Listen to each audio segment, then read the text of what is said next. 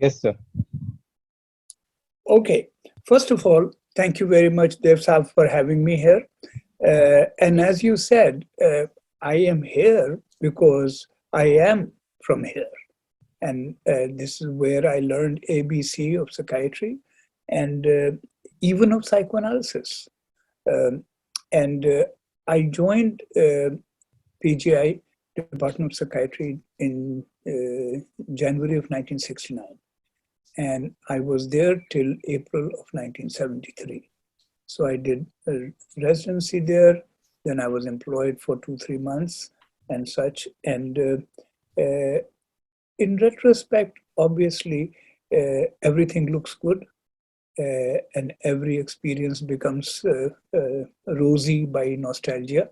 But the fact is, I had some very, very good times, also some bad times. But those bad times were never because of anybody else. Those bad times were because of me, because I was a little, difficult to handle. So now, why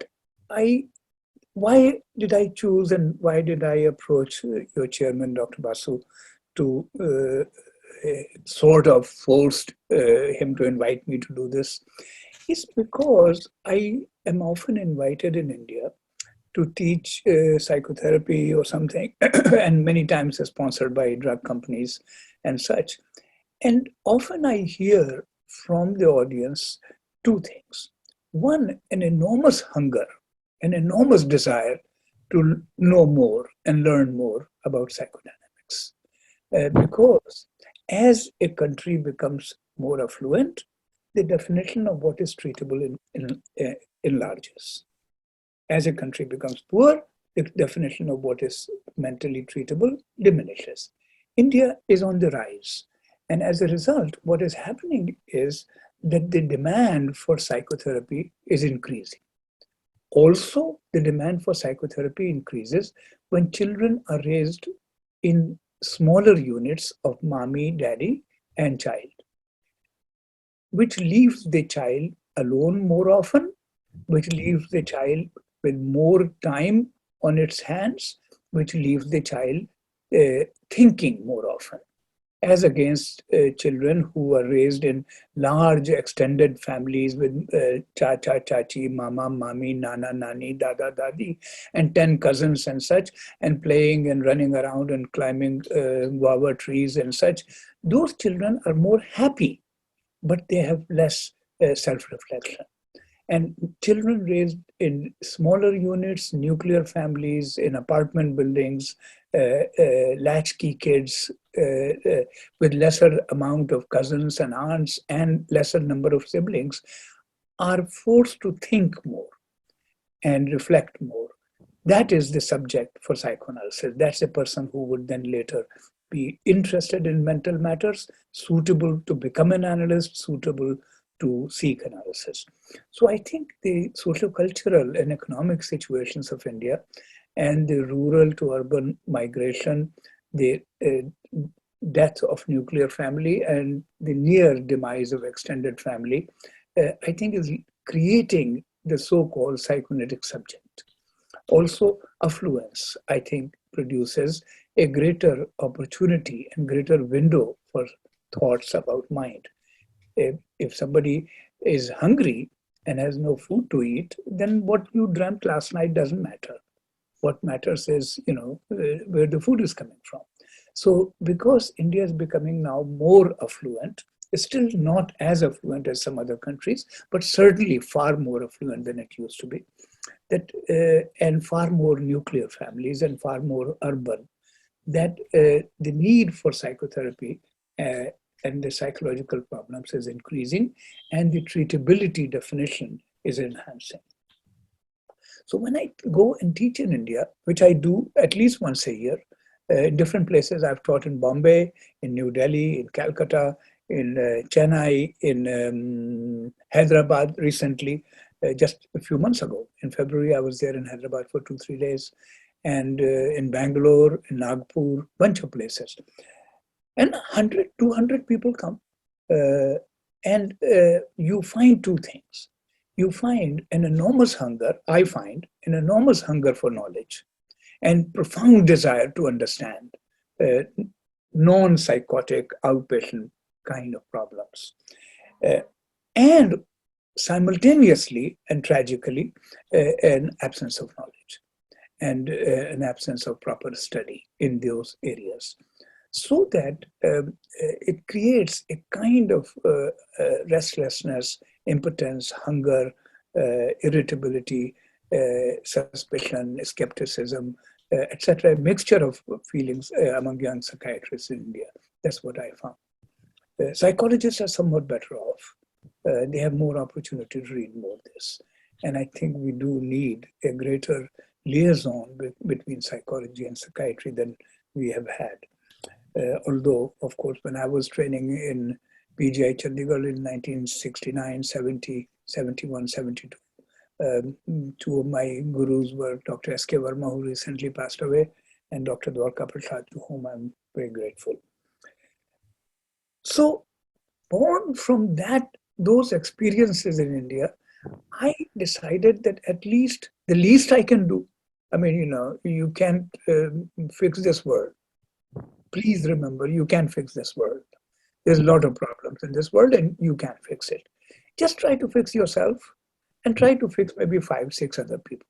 I think if I'm dying and I have a serious conviction that I've helped 12 human beings, really, really, really helped, I think I can die a peaceful man. That's all one can do. So I decided that the least I could do was to offer a brief course on psychoanalysis. Not that it'll end it all, not that it'll clear up everything, not that it'll prepare you to be a good psychotherapist. No, but it'll wake you up a little bit, hopefully, and it'll make you think, and it'll make you, I'll show you what further to read and how to go. So this is what the idea is about. I'm not here to convince you of anything and argue about anything, nor should you be here to argue with me and prove me wrong or right or something. We are here in an atmosphere of academic mutuality. I'll tell you what I have studied in the last 50 years, and share with you what I understand about human beings, about patients, especially I'm talking mostly of non-psychotic patients, who come in outpatient clinics with depression, anxiety, etc., etc. So that is what my idea is. My goal of my purpose is that if after these 10 sessions, you feel really, really, not bullshit, really you feel that you now understand this patient a little bit better. And since you can understand this patient a little bit better, you can help the patient a little bit better. Then this course would have been successful. If not, then it's all talk. Then you should forget all about it. That is the parameter from which you should judge what I'm going to say. Okay. I'll talk with relatively less technical terms, which must not delude you into thinking that I'm ignorant. Simply because I want to talk simply, and no good teaching happens in an atmosphere of intimidation. Good teaching happens in an atmosphere of mutual respect and cordiality. So I'll talk simple things, but that simple things, in PGI for the first time in India, for the first time in India, ramp I saw in PGI. There's a ramp that you go this. I think near the outpatient clinic, it comes out someplace near there. So I'd never seen a ramp in my life. I said, wow, what is this? They call a ramp. I said, wow. So now,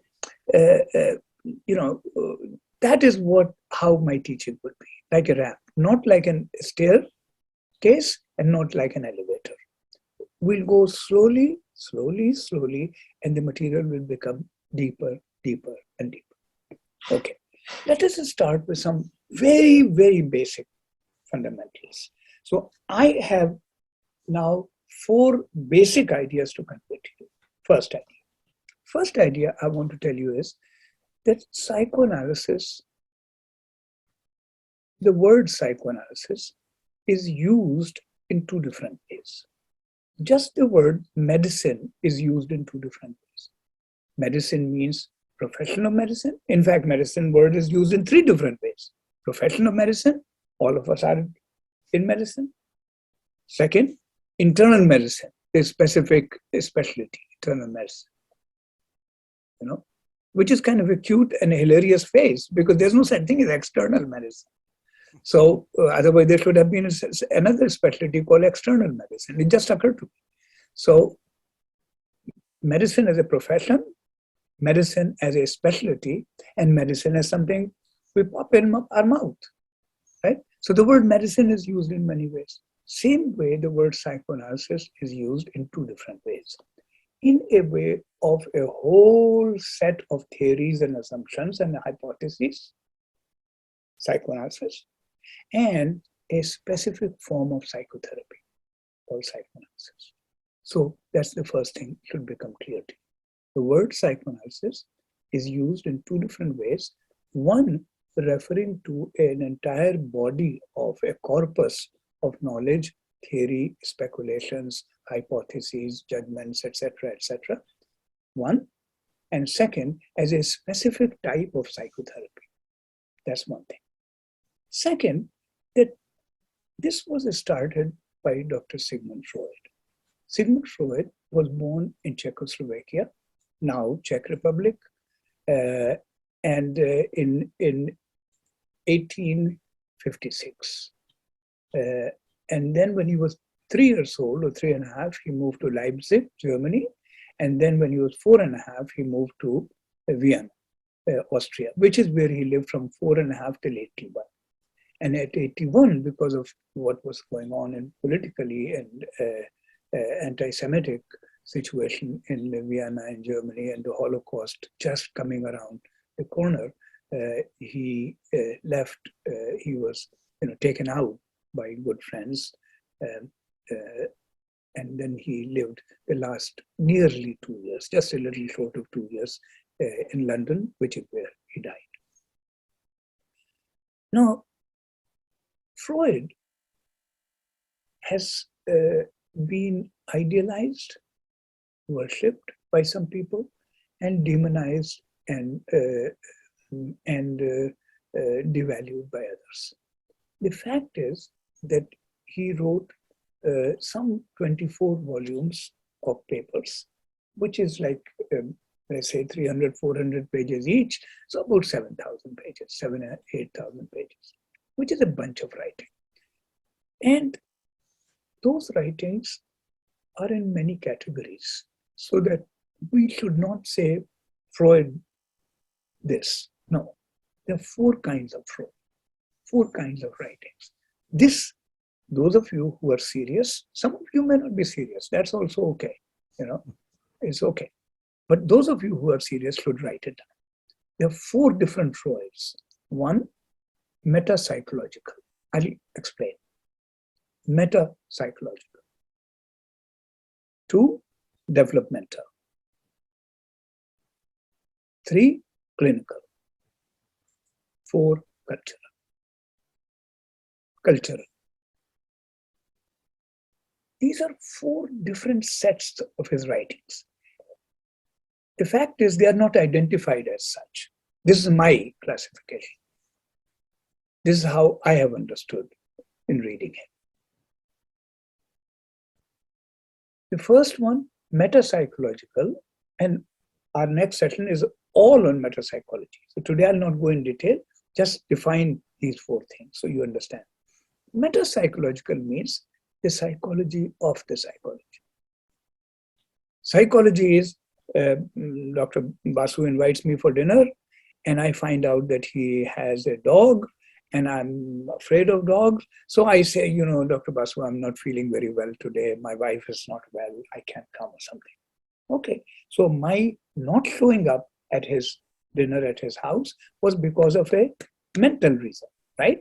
I didn't walk or drive or go to his house, eat his food. Because of what? Because in my mind, I'm terrified of dogs. That's called psychology.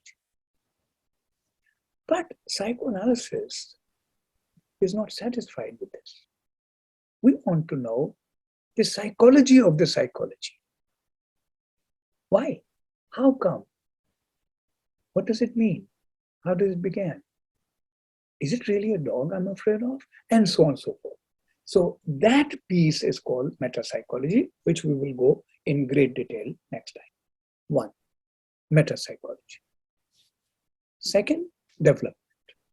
And that is, how does a baby who's born completely, ignorant and misattuned or unattuned, misattuned is wrong, unattuned to this world, to the realities of this world, how does this baby become a chairman of the Department of Psychiatry? A lot must have gone on. A lot has to go on for this baby who was born, I think, maybe 50 years ago. And this is an amazing person. That baby is this person. How? What happened? How does this happen? When you were 1 day old, you didn't know shit. When you were 1 month old, you didn't know shit. When you were 1 year old, you didn't know shit. You began to think you knew something by the time you were 2 years old. You didn't know anything. And now you're MD and you're MBBS and you're learning psychiatry. How? How did that baby becomes like this, an adult? That piece. Second piece. First piece, metapsychological Freud. Second, developmental Freud. Third, clinical Freud. What is psychopathology? How do we know its pathology? What are the kinds of psychopathologies? What is the nature? What are the connections between different kinds of psychopathologies? How do we know which psychopathology is more severe than the other? And so on and so forth. And how to treat it. So that is clinical Freud. And the fourth one is cultural speculations of Freud about religion, about war, about creativity, about civilization, about transience of human life, and so on and so forth. These are 4 different kinds of contributions of Freud contained in those 24 volumes. If I were the chairman of Freud, and Freud was like you guys, young residents, and I had to give him grades. And Freud is lucky that this didn't happen. But if I were going to give him grades, I would have given him A+ in metapsychology, B- or maybe C in development, B in clinical stuff, and B- in culture. The best piece of Freud is in metapsychology. How does the mind work? All others are problematic. Okay, so that is one thing I've told you. Of the 4 things I was going to tell you, and then I'll stop, and then we'll talk. First thing I told you today is psychoanalysis was started by Freud. He was born in 1856 in Czechoslovakia, but mostly grew up and lived and practiced in Vienna, in Austria, which is where his house still is, 19 Bagaza. And he became a doctor, then neurologist, then psychiatrist, then psychoanalyst in Vienna. And he lived till 81 when he left and died at 83 and a half, something like that, in 1939, September. In fact, wow, today's 20th. Yeah. He died on 24th September. So yes. 4 days from now is his death anniversary. So, and his contributions are in 4 categories. 1, metapsychological. 2, developmental. 3, clinical. And 4, cultural. In my opinion, which is, people say in my humble opinion, it's not very humble, frankly. I do not claim humility. In my opinion, the best piece is the first piece, metapsychological piece. All others have some difficulty and have been replaced or changed or modified. This whole package is fact number one that I want you to remember and know. Fact number two. There are many weaknesses in Freud's work. The following 5 weaknesses stand out. Number one, that it is too body-oriented, in the sense that all motivation, all desire, all fantasy, all impulse, all mental activity is being started by the demands of the body. It's not true. I don't think we believe that anymore. Even psychoanalysts don't believe it. There are all sorts of other motivations. So that's one thing, that the body centrality, like one place he writes a sentence, look at this sentence, anatomy is destiny. Now think about this sentence, anatomy is destiny. Not really. I mean, let's suppose I was born without an arm, but my mother loved me. And my mother really adored me and loved me. And my father loved me. And my older brother was extremely helpful to me. I would grow up to have no shame about not having an arm. Those of you who see Western movies and are familiar with Western movies, but maybe there are models like this in India. There's a film actor here called Peter Dinklage, who is 4 feet tall. Peter Dinklage, Dinklage. He's 4 feet tall. He's a superb actor and has been nominated for Emmy, has been nominated for an Oscar. He's 4 feet tall. He's 50 years old. Fabulous actor, lived with a dignified life. Obviously, it's clear that his mother must have loved him. Anatomy is not destiny. It is how the anatomy is treated by the family that creates destiny. So Freud was that way wrong. So too much anatomy based, too much body based. And that was, I think, because he was trying to unshackle himself from hard medicine. Even I, when I became an attending, I used to wear white coat. For about 2 years, or maybe 3. Because I was still wanted to feel like a doctor. That somehow I was not convinced that I was become a psychiatrist, so I'm not really a doctor. And then I moved to psychoanalysis, and I gave up white coat, I gave up all diplomas on my wall and blah, blah. So, and now I sit like this and just listen. I don't think I've written a prescription. I wrote a prescription of Inderol to somebody after about 15 years. And that too, I asked a friend, what is Inderol? How much can one give? Should one give? I said, I know nothing about medication. Please don't ask me any such questions. You have to lose knowledge to consolidate knowledge in another area. So Freud was also, I think, because he was a kind of a pioneer, so he was trying to unshackle himself from the physical medicine, but he couldn't fully.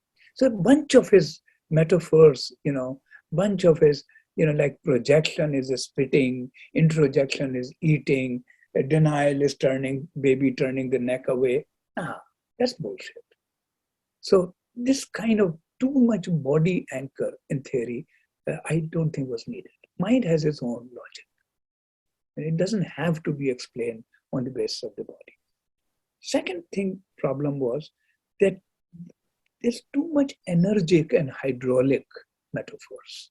And that was based upon his admiration of Newton and early thermodynamics, that if you have this more, then this becomes less. If you have this more, this becomes this. If these two can be combined, then they become more if they can be retracted. These kind of mechanical and hydraulic stuff is not really that applicable. Energetic models and such. 2.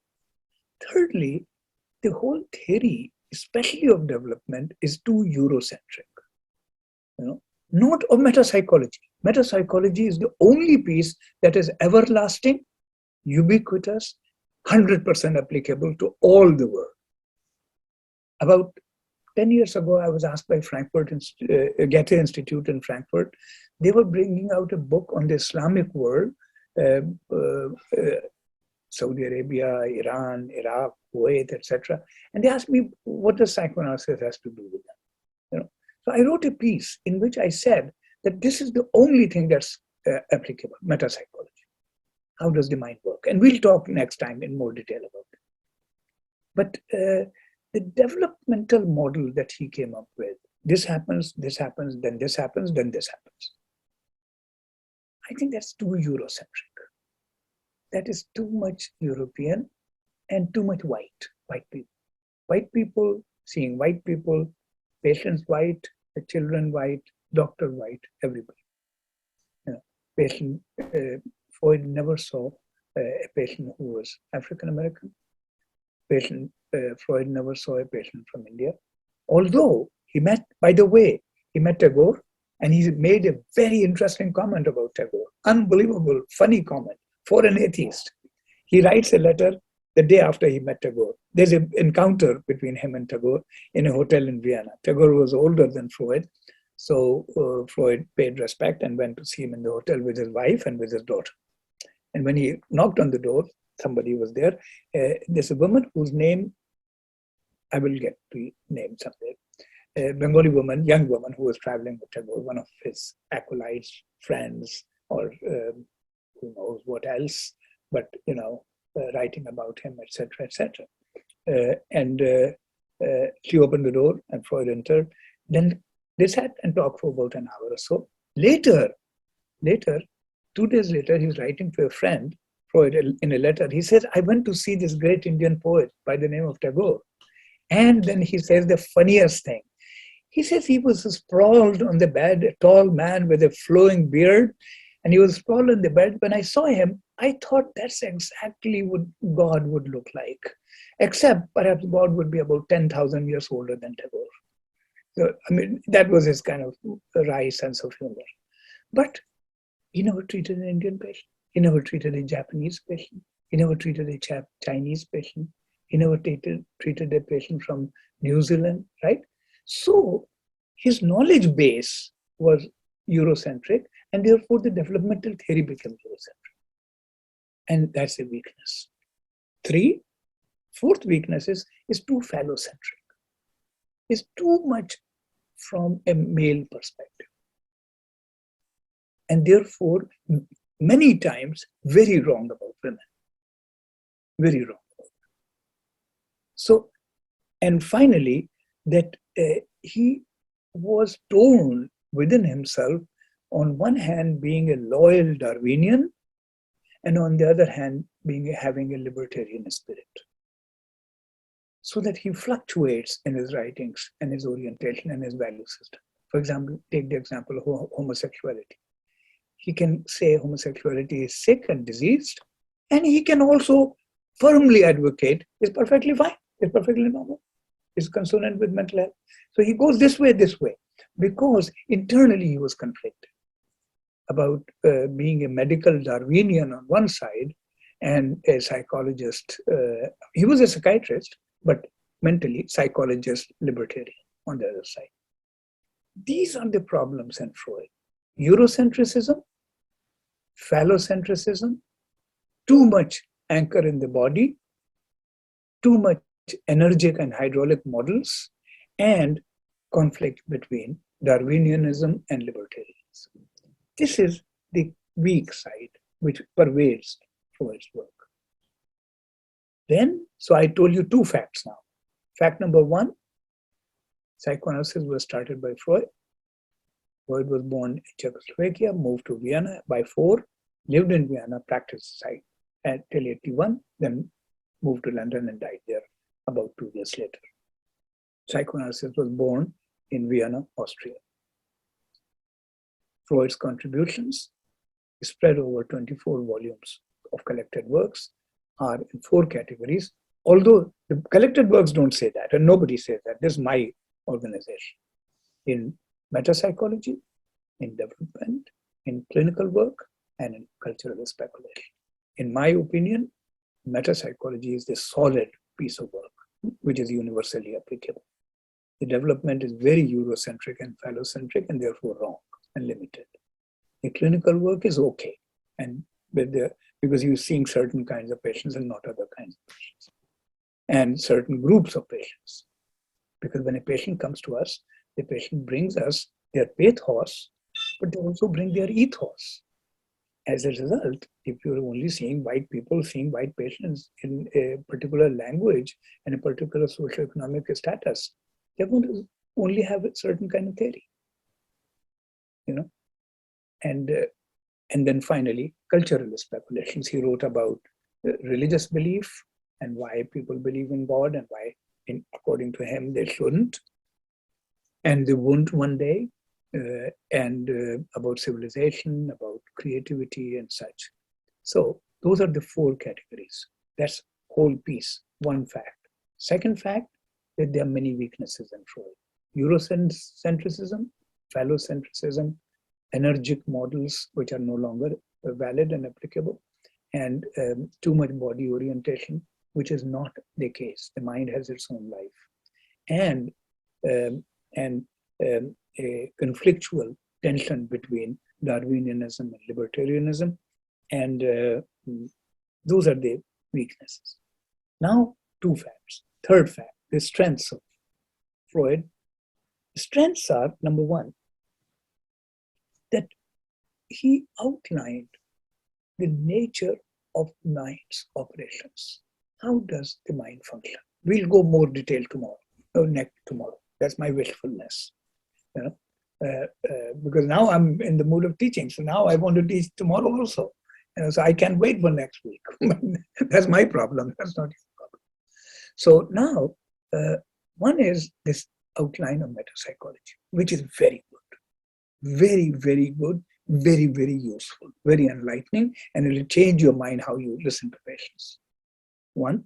Two, that he also shed light on what he calls psychopathology of everyday life, such as, why do we forget people's names?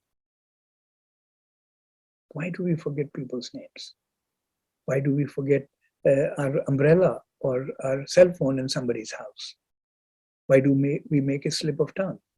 Why do we make a slip of pen? Now here's the story. I was 17 years old, and a friend of mine, his brother was getting married, older brother. So he said, come to the wedding. So 17, 18, the scope of getting free booze and good food, there it is. So I said, okay, of course I'll come. So we went. There was a very beautiful girl there. And that girl paid no attention to me and paid no attention to my friend either. She was paying attention to somebody else.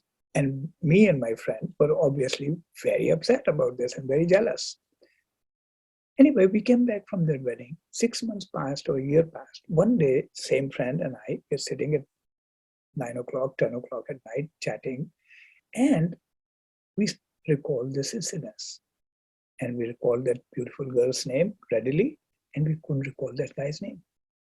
Now, up to here, okay, fine. You forgot that guy's name. And understandably, why you would forget that guy's name? You wanted him dead anyway. So it's okay. But the story doesn't end here. The story is that we felt somehow an internal need, both him and me, to know that name and remember that name. So we tried our best. Was his name this? Was it named Vijay? Was it named Shankar? Was it named Vinod? Now we are going on and on. And we listed hundreds of names and none of them were that name. Ultimately, there was a third friend who was at that wedding. Now, there was no cell phones those days, no even public phones. And where is this happening? This is happening in Aligarh Muslim University, where I was like, in 12th grade or something. So where to find a phone? Now it's 10 o'clock, 11 o'clock at night. So we took a rickshaw and we went to train station. And from the train station, there was a public phone on train station. We called this guy in Delhi and he had fallen asleep, like 11:30 or something. And we asked him, what was that guy's name? He immediately said that guy's name. When he said that guy's name, we felt such enormous relief. And he was really furious at being woken up in the middle of night for this stupid question. But as a psychoanalyst, my question is not so much why we forgot the name. That's simple. Why we forgot? Because we were jealous. We wanted to erase him from our mind. Why was it that it was so important for us to know? That to me is a mystery. And I don't really know, at least not for my friend, because he may have different motivations than I. Why was it that we had to know that name? I think, I don't know. Please understand, this is how psychoanalysis works, and we'll get into it more and more. I think I'm seeing some people's faces, and I can see that most people do have a sense that the forgetting the name was based on jealousy. Okay. But why want to remember the name? That's more curious. And I don't really know why, but I have a hypothesis. I have a hypothesis that I have a wicked and mean side, like all human beings, but I also have a very good side and moral side. So as a result, I think a part of me felt guilty at the murder that took place in not remembering his name, at my killing him. And by remembering his name, I could then be absolved. I would bring him back to life and I could be absolved. वो है ना, फिर भी वेताल विक्रमादित्य ने हटना छोड़ा और वेताल के शव को कंधे पे डाल के चल खड़ा हुआ चंदा मामा में. That was my position. I was trying to, it was crime, it was resurrection. That in a way, by remembering his name, I would be absolved of the inner murder, I think, that taken place. I think that was the dynamics. But who knows? We don't know. I mean, this happened some 60 years ago. But this is how, or to kill him, you had to know his name. That's also true. Yes, maybe that is the truth, that the pleasure would be greater of murdering him. Good point. Certainly, that's also possible. But it's interesting. Now, if you want to know the name, I'll be willing to tell it to you, because you would never know this human being. I don't think so. But there's no point in that. That's not the point of the story. The point of the story is forgetting and remembering. Anyway, so what Freud did was, one, he gave us this universal metapsychology.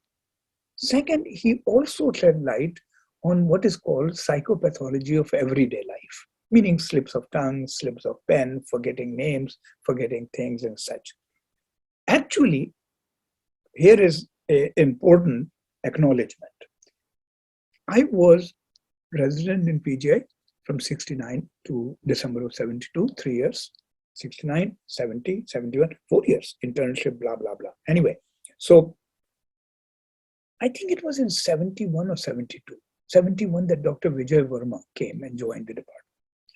And he, although was not an analyst, but he had lived in Michigan, and I think he had some personal analysis, and therefore he was familiar with psychoanalysis. And he asked me what of Freud I had read, and I had not read anything. So I was embarrassed, and I asked him, what should I read? And he said, if you have to read something, start from Psychopathology of Everyday Life. So I went to PGI library and they didn't have it. Then I went to Punjab University library and they had it. And I started reading, and the moment I started reading, I knew this is what I wanted. This is what I was looking for all my life. So, and I learned about slips of tongue and so on and so forth. Another very important thing that Freud gave us and highlighted, it was present in literature, in Greek literature, in Persian literature, in Chinese literature, Roman literature, but not in a properly organized way, and that is the presence of unconscious mental life. That there is more to mental life than we can consciously account for. More things happen, more things are going on right this minute in our mind. That, like consciously, we wanted to remember that guy's name. But there was something out of our awareness that was insisting on forgetting that guy's name. And what was that power and source? The part of the mind called unconscious, which again in metapsychology, next session we'll talk in more detail.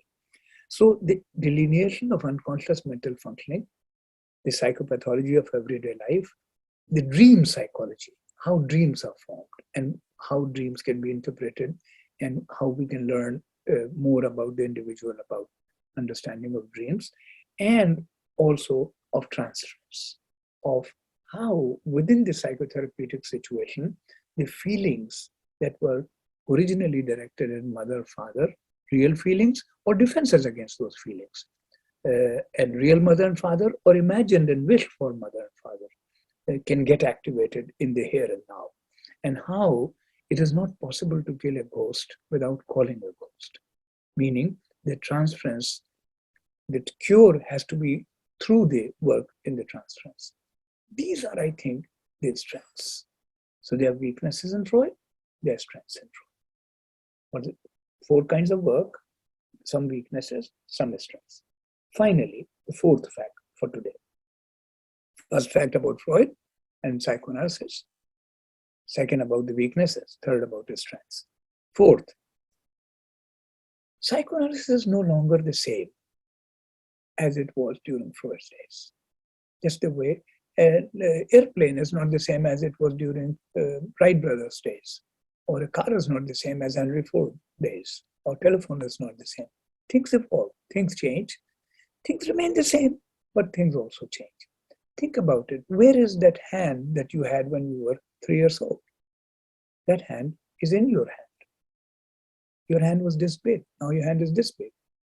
That hand has grown into it, just like a tree grows on itself. Same thing with psychoanalysis. A bunch has changed and a bunch remains the same. A bunch has changed. The major changes that in 1900, 1920 psychoanalysis and 2020 psychoanalysis, 100 years, is one, that the focus on the body is less. That is one very important change. There's a more clear and specific focus on the mind. The mind is first and the body follows it. What says the body is first and mind follows it. That's one major change.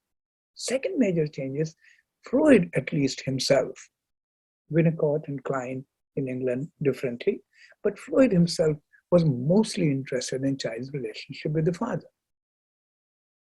While bit by bit, we became aware that it's actually the relationship with the mother that's more important. So the shift from paternal principle to maternal principle, that's another very important shift. Another important shift is that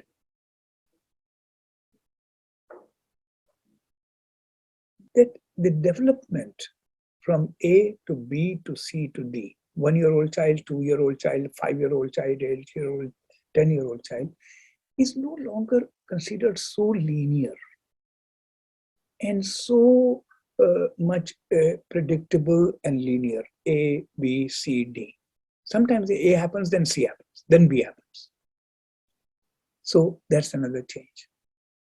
Another change is that the development is viewed not as something epigenetically unfolding within the body, mind, brain of the child, but in terms of relationships. How is one related to mommy? How is one related to mommy now? How is one is related to mommy now? How is one related to daddy as a baby? How is one related to daddy as 4 years old? How is one related to daddy as 10 years old? How is one related to daddy as 18 years old? You know, so relationship is not only something that is coming from within, it's also played out within the relationship and with certain social tasks that have to be accomplished at each developmental stage. Yet another modification that has happened is that we have learned that the development especially is variable in various countries and various cultures. And therefore we have to keep in account and in mind different models of development, different intensities, different durations, different, for example, in early psychoanalysis, you could open a book from 1950 and you can find such a statement. There's too much skin to skin contact in child rearing in Japan. or in India? Who decides what's too much? That statement itself is a biased statement, because that says that what Freud and his followers in Europe or later in the United States or in England, they decided is the normal thing. And what is happening in India, China, Japan is abnormal thing. No, that's bullshit. That's bullshit. So there's much more what I have termed, this is my term, that what was psychoanalytic anthropology has now changed into anthropological psychoanalysis, where one model was taken and put on different people in a totalitarian way, theoretical totalitarianism. Now, more information is coming from outside. So we know in China, children's conflicts are different. In India, in Japan, and so on and so forth. Or there was you could find in even up to 60s, 70s, there's prolonged symbiosis between mother and child in India, China, and Japan. No, who says that's prolonged? Why don't we say that there's aborted symbiosis in West? You see, things are opening up now. Or, for example, even one time this was not in psychoanalysis, in general psychiatry. I was listening to a lecture and somebody said here in Philadelphia that some cases of reverse SAD, have been reported from southern parts of India, where people become happy in summer and happy in winter and sad in summer. I raised my hand. I said, excuse me, what gives you the right to call that reverse? How come this is not reverse? You see, these are biases that's, regional, political, colonial biases, racist biases that seep into theory that we have to be trying to break and rise above. So when I finished my analytic training, during which everybody treated me, I was at that time, I thought I was the only Indian properly trained psychoanalyst and undergoing psychoanalytic training in USA. That was my delusion. That was not true. I was actually number 3.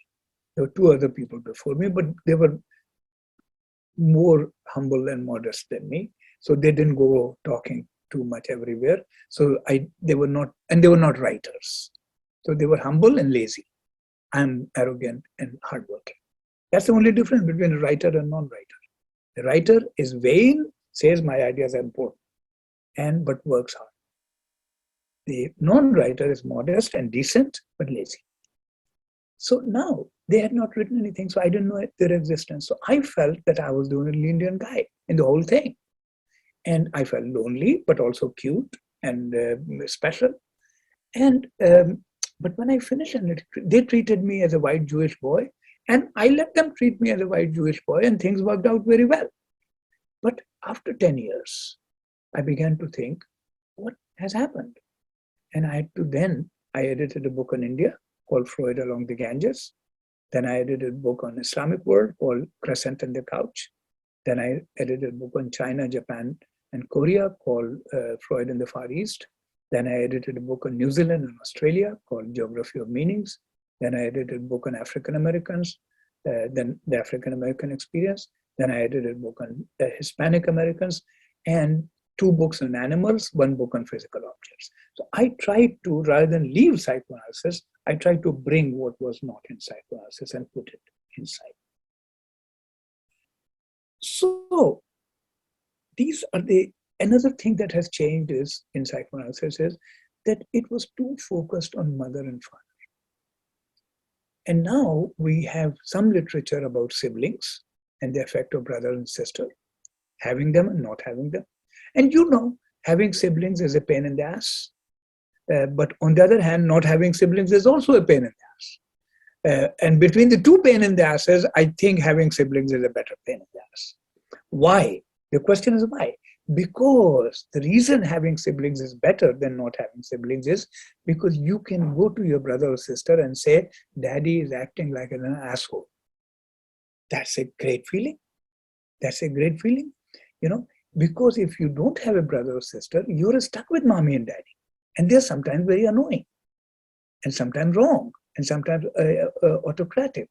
And then you're stuck with that aggression and you're dependent on these two people and you have to swallow it and yet live with them.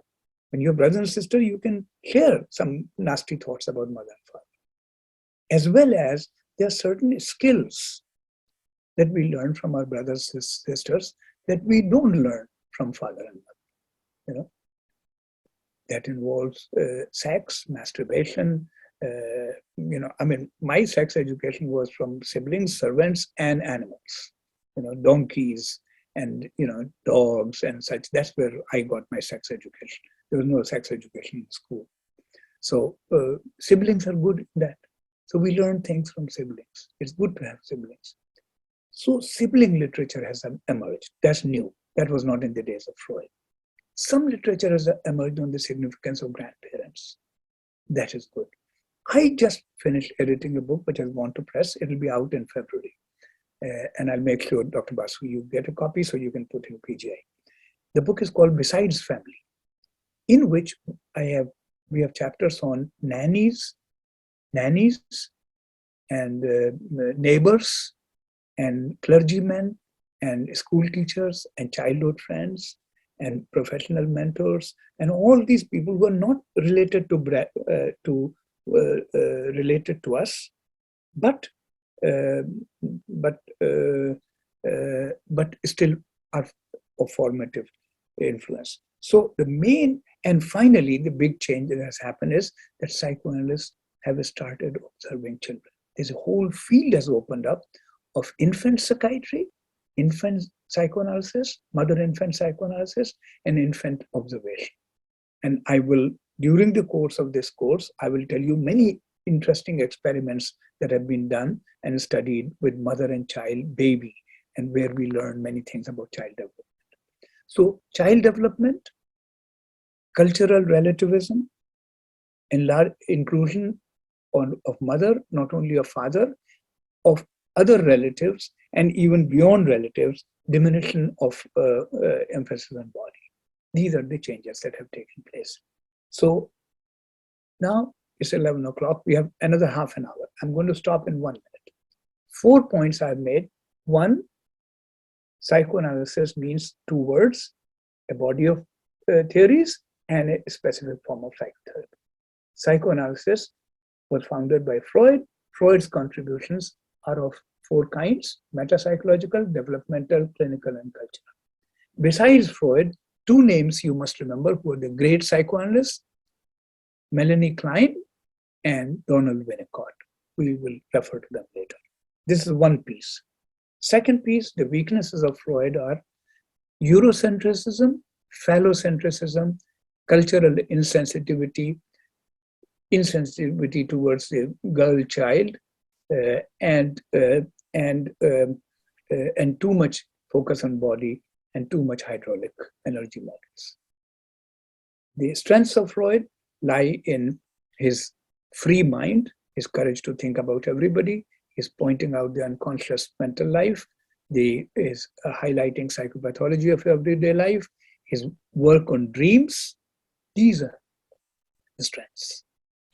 And the changes from early psychoanalysis to today's psychoanalysis is less body, more mind, primacy of mind rather than primacy of body, cultural corrections, feminist corrections, and inclusion, expansion of the orbit of people who help create us from baby to an adult. That, I think, is enough education for one day. Now is your chance to ask me questions. Please feel free. I'm thick-skinned. And I'm not,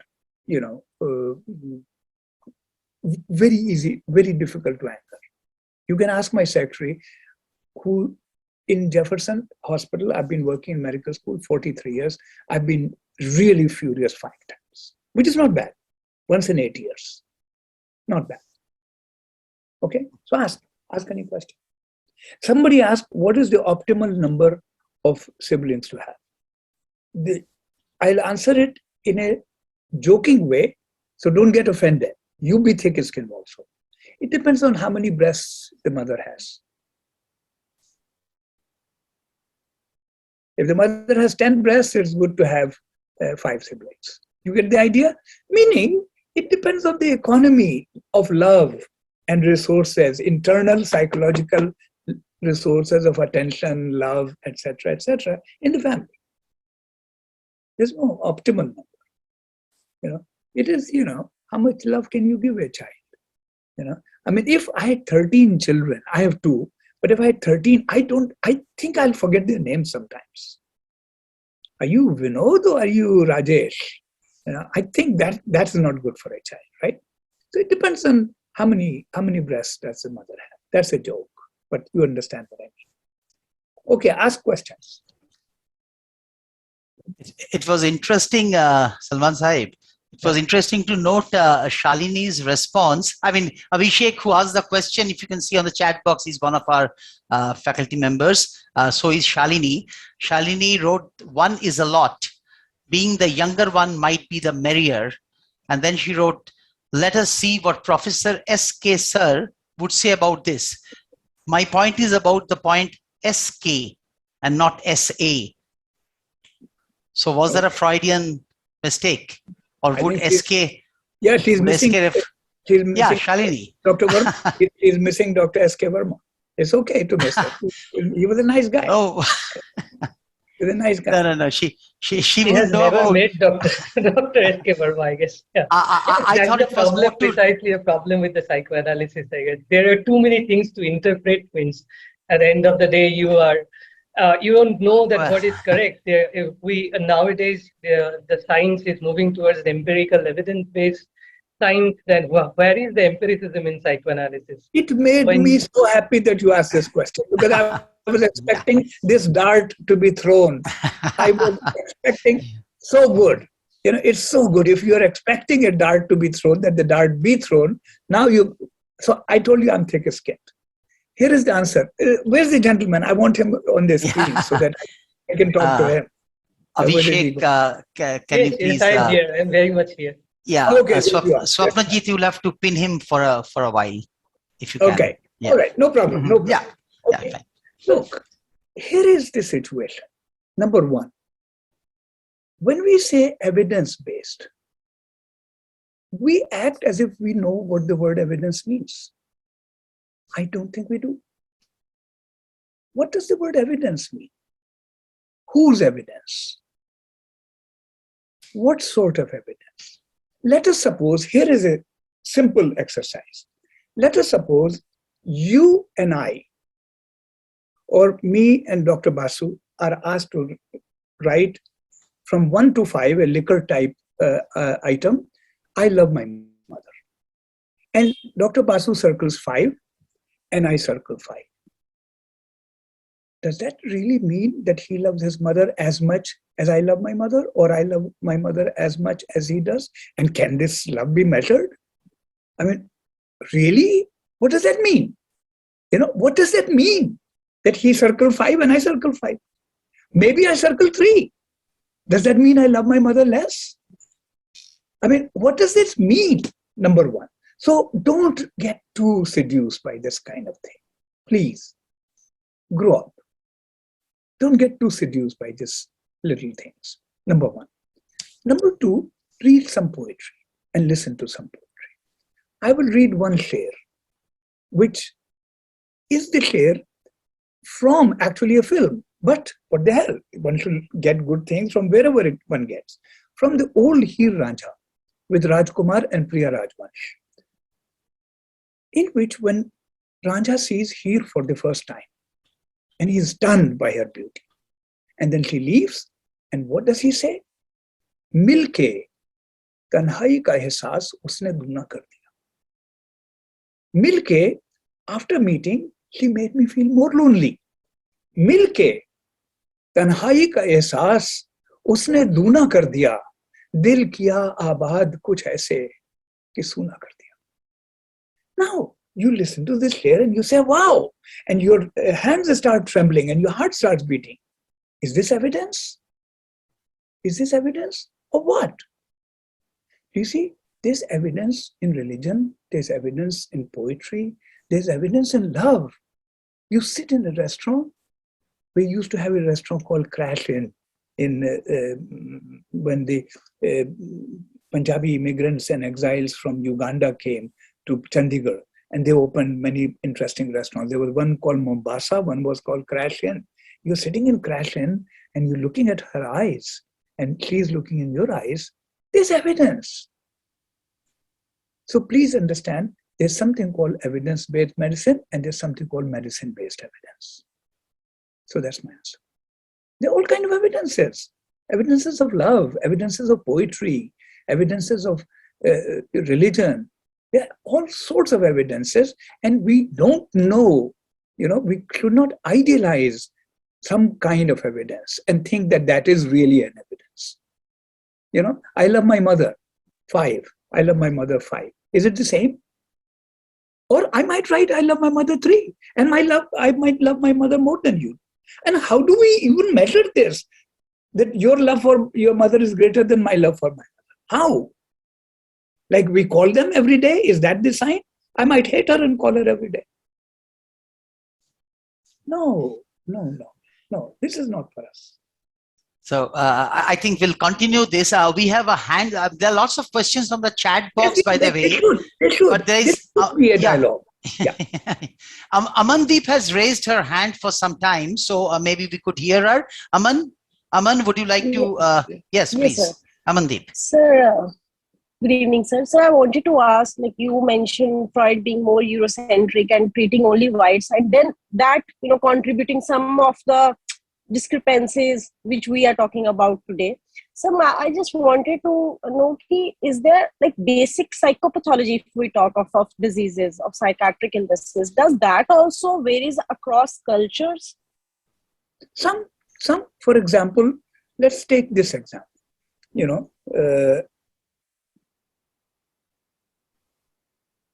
How often should a grown-up person, man or woman, call their parents? Suppose you live in Chandigarh and your mother lives in Delhi. How often do you make a phone call? Now, how often, if in certain cultures you don't call your mother every day or at least 3 times a week or 2 times a week, people will think you're neglectful, you're become a bad daughter, you're not loving, etc. In other cultures, it's possible that they'll think if you call her 3 times, you are really very dependent person. What are you afraid of? She'll die? Where is this death fantasy coming from? You're really not well. You're not mature enough. So that the amount of dependence is something every society will draw 2 lines. Sad, mad, and bad. This is only sad, this is mad, and this is bad. वो line जो है society में move करती है different societies.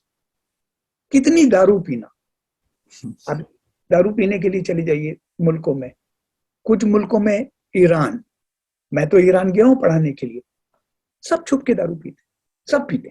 ऐसा कोई नहीं है कि वहां दारू नहीं पीते, लेकिन आप कह नहीं सकते हैं कि आप दारू पीते। आप शराब का नाम लेंगे, आपको जेल में बंद कर, लेकिन घर में छुप के सब पीते। मैंने पूछा ईरान में, पाकिस्तान गया नहीं हूं मैं, लेकिन पाकिस्तानी दोस्तों से पूछा, और सऊदी भी गया नहीं हूं, सऊदी से भी पूछा, और जवाब तीनों का एक ही है। क्या? मैंने कहा मिलती कहां से तुम लोगों को ये? कहते driver brings it, driver brings it. क्या बात है, इस पे तो मूवी बननी चाहिए। इसकी डॉक्यूमेंट्री का कितना अच्छा नाम है, द ड्राइवर ब्रिंग्स इट। मतलब हमसे कोई मतलब नहीं, हमें सिर्फ पीने से मतलब। So every society will draw lines of, ये नॉर्मल सैडनेस है, नॉर्मल प्रॉब्लम्स हैं, सैड, मैड एंड बैड। दुनिया में 193 ऑफिशियल मुल्क हैं। अब से कोई 4 महीने पहले तक, जुलाई 1 से पहले तक, Saudi Arabia was the only country जहां औरत को गाड़ी चलाना अलाउड नहीं है। That's a crime. 192 मुल्क में वो क्राइम नहीं है, ठीक है ना? So these are, they decide what is mad, what is bad, what is sad. We decide what is mad, what is bad, what is sad. Cigarette पीना, अब cigarette पीना by itself as a symptom, in my opinion, there's no doubt it is psychopathology. There's no doubt. लेकिन फिर पूरे आदमी को psychopathology नहीं बोलेंगे एक छोटे से सिम्टम की वजह से, वो तो पूरे ऑर्गेनिज्म को देख के बोलेंगे कि पैथोलॉजी है या नहीं। एक सिम्टम हुआ तो क्या हुआ, एक सिम्टम तो हर एक ही हुआ है थोड़ा बहुत, जैसे ना to have some odd basophils, what they have. So yes, to a certain extent, culture does play a role in defining. देवी आ गई, अब देवी आ गई, ये नॉर्मल बात है या अब नॉर्मल बात है? ये भगवान जानता है कौन डिफाइन कर रहा है, किसकी आंखों में, is in the I of the beholder. कुछ जगह पे ठीक है, कुछ जगह पे ठीक नहीं है। Thank you, sir. Yes. Okay, you can lower your hand. There's a sign of moving. Yeah, otherwise it'll be confusing. I can see Dr. Lalit raising a hand. There are some very interesting questions, by the way. I want to hear. Dr. Yeah, it has been asked. Shubham Tiwari wants to know, sir, what made you choose psychoanalysis after reading psychopathology of everyday life? Because you said that. So looking back, what do you think might have? That was a trigger. But I think the main reason was that that I'd grown up in a family which was mostly in journalism, politics, poetry, and movies. So that's what the most line. And in fact, of the four things, mostly movies and poetry. So as a result, storytelling, poetry, saying shairi in conversation was a normal thing. Most people become poets and writers because of trauma, and doctors out of mental health. I became doctor out of trauma, and poet and writer out of mental health, meaning healthy identification and healthy emulation of parents. My mother was a writer, my father was a writer, so my grandfather was a writer, my uncle was a writer, another uncle was a member of parliament, and so on and so forth. Grandfather was a writer. So writing books and writing poetry was a normal thing, a healthy family legacy. I had some trauma in childhood which turned me to medicine. So I went to medicine and I didn't know what the hell to do. I was in fourth year medical school, bored out of my mind. And I was getting good grades that I was able to, but that doesn't mean I was a good student. A good student means being interested in subject. I wasn't interested in subject. I was interested in being cool and getting good grades. That's not a good student. And then I ran into Dr. Wig. And what happened was, because I was a weird guy, so I never read in medical school library. I always insisted on reading a journal university library. Even with anatomy, physiology, pharmacology books, I'll go read in journal. And see, serendipity happens to those who, like if you want God to drop a raindrop in your hand and you're traveling in a bus, you know what? You have to stick your hand outside the window. God is not going to cause rain in the bus. He's not stupid. He's not going to cause rain in the bus. You have to put your hand outside. So I was in that Aligarh Muslim University library, major library, full university library. I came out one day studying and there was a sign saying Professor Narendra Nath Wig of Chandigarh, MD, giving a talk on psychodynamics of Mirza Ghalib, the great Urdu poet. And it was like 20 minutes from there in the Urdu department. I was totally shocked. I went there, I fell in love with him. I fell in love with him. I wanted to be adopted by him right then. And I must have driven him insane by the amount of pestering and letters and flattery that I did for the next 2 years. I said, I want to come and study with you. He says, you finished medical school? I said, no, I'm in fourth year. He said, so then wait 2 years, then write to me. No, I kept writing to him no matter what. So the fact that that serendipitous evening showed me that medicine and poetry can be brought together, which brought two parts of my own internal split, being a doctor and being a poet. And so to me, psychoanalysis is like medical poetry or poetic medicine. Yeah, I haven't taken the name of your brother because I'm not sure if you'd like to go into that. So, but that's all in the कोई बुरी बात नहीं है, right to में कोई बुरी बात नहीं है, लेकिन उन्होंने भी क्या लिखा है, मेरे पास माँ है। नहीं, आप राइटिंग की बात कर रहे थे, मैं सोचा कि मैंने ये भी डायलॉग बोलिएगा मत कि मेरे पास माँ है। Yeah. Anyway, so no, I'm just selecting with the last about 10-12 minutes that we have. I'm selecting more of the junior residents' questions. I do have questions from very good ones from Lalit and Devinder, but I thought that let the people. I mean, one of our youngest ones who has just joined our department has asked a very interesting question. Whose name is iPad. No, later he has corrected his name from iPad to Arun Prasant. So his name is Arun Prasant. Yeah. What are the feminist corrections in psychoanalysis, sir? I've heard of some names like Germaine Greer and Helen Sixtus. But what is their significance in psychoanalysis? I don't know if you can, take it up. I'll answer. See, Freud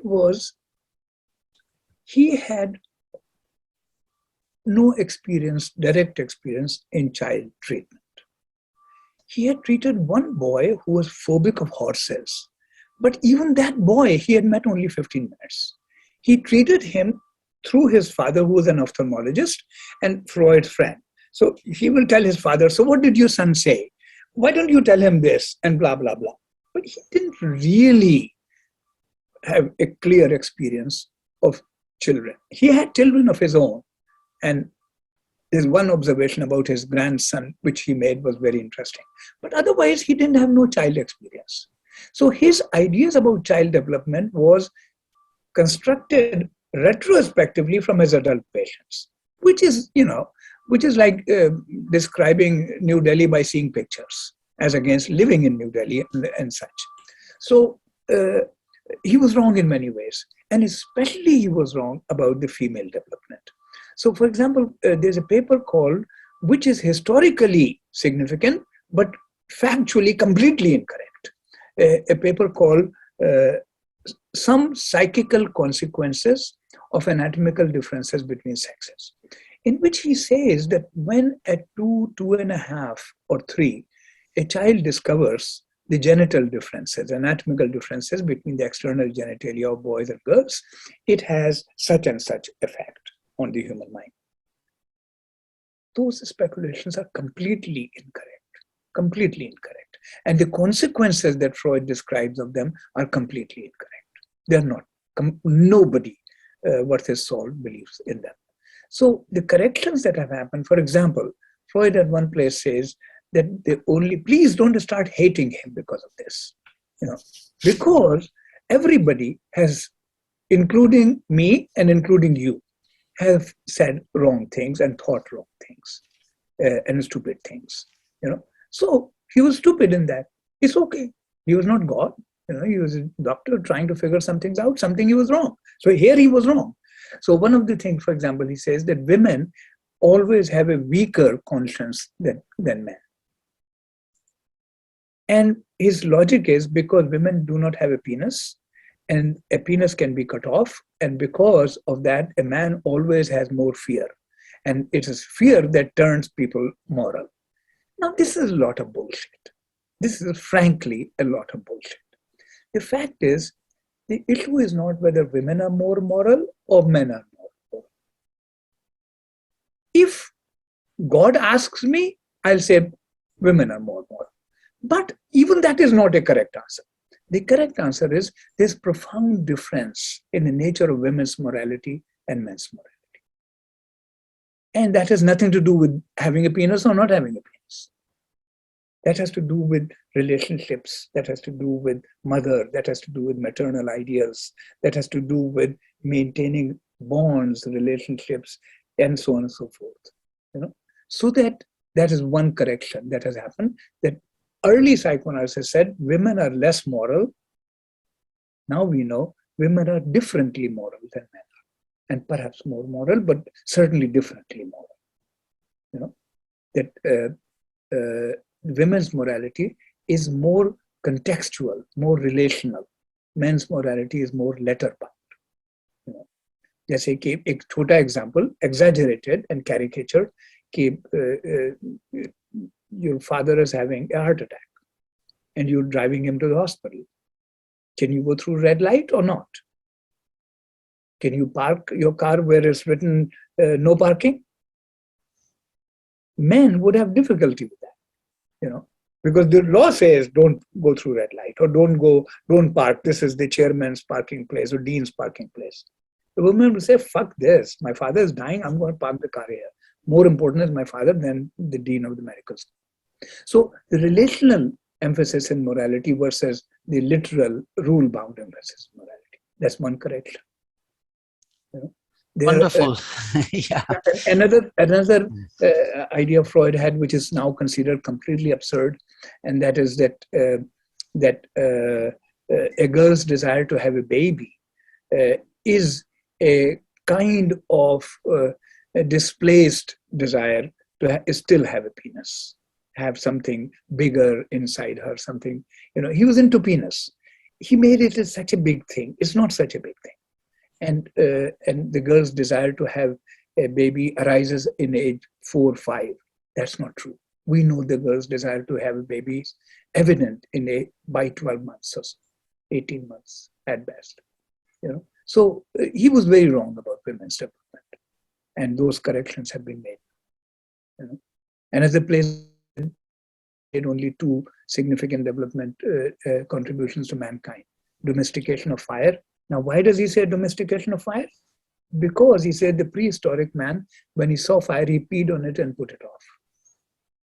Because women cannot sit on the fire and pee, therefore they had to do something with it. See, again, this chronic preoccupation with body, penis, vagina, and such and such. So he's like trying to pull himself out from physical medicine and from Viennese bourgeois repression of sexuality. So becoming cocky and brave, but in wrong directions. Yeah, I think that has been a wonderful beginning, Dr. Akhtar. I'm just conscious of the time. I mean, there are other questions, very good ones on the chat box, but can we take one more minute? We have 6 minutes. Well, yeah. I mean, one is by Navdeep, which I think you could probably write later on. It'll be an easier thing to do. He has written that, sir, I would like to know that should we read some book related to psychoanalysis to understand more in these, forthcoming lectures. I don't know yes or wrong, but I'll leave the answer to you. Yeah. I mean, there are some things to read. The problem in psychoanalysis, mostly, the problem is that what is good is unreadable, and what is readable is not good. That is our problem. So some things, and I also don't want to be recommending my stuff. That's not a good thing. So let me think. We'll have plenty of time together, and yes. I will keep in mind to evolve some kind of a small, not formidable bibliography before we part in 10 sessions. Yeah. So I think, and there are good ones by some of the faculty members, but I promise you, and I could see Ipsita's hand, which was raised for a while and now it has been lowered. That's because we will have plenty of time again to go through this. I think we have embarked on a terrific journey, and you could see. I think we can see that there is a kind of an ocean beckoning us. It's kind of is the unfurling. So let's embark on the journey. Let's not have too much of it on the very first day. वो थोड़ा ना जमा के रखना होता है. There was a sharbat wala in our medical college, Calcutta. He would give us only up to 2 glasses of sharbat. If you ask for the third one, even if you pay, he would not give. The reason was that you would come back to him for the next time. So nice. So with that, we will have plenty of time. We have embarked on a journey. I'm happy to see that the students are enjoying and they're having questions. I have a sense that there's reasonable connection and reasonable enthusiasm, which is good. Okay. Excellent. So with that, I think we can. Is there anything else that you'd like to say, Salman sir? No. We'll Closing see you next Tuesday at the same time. 27th, same time. And let's just have fun and some learning on our way as well. Thank you.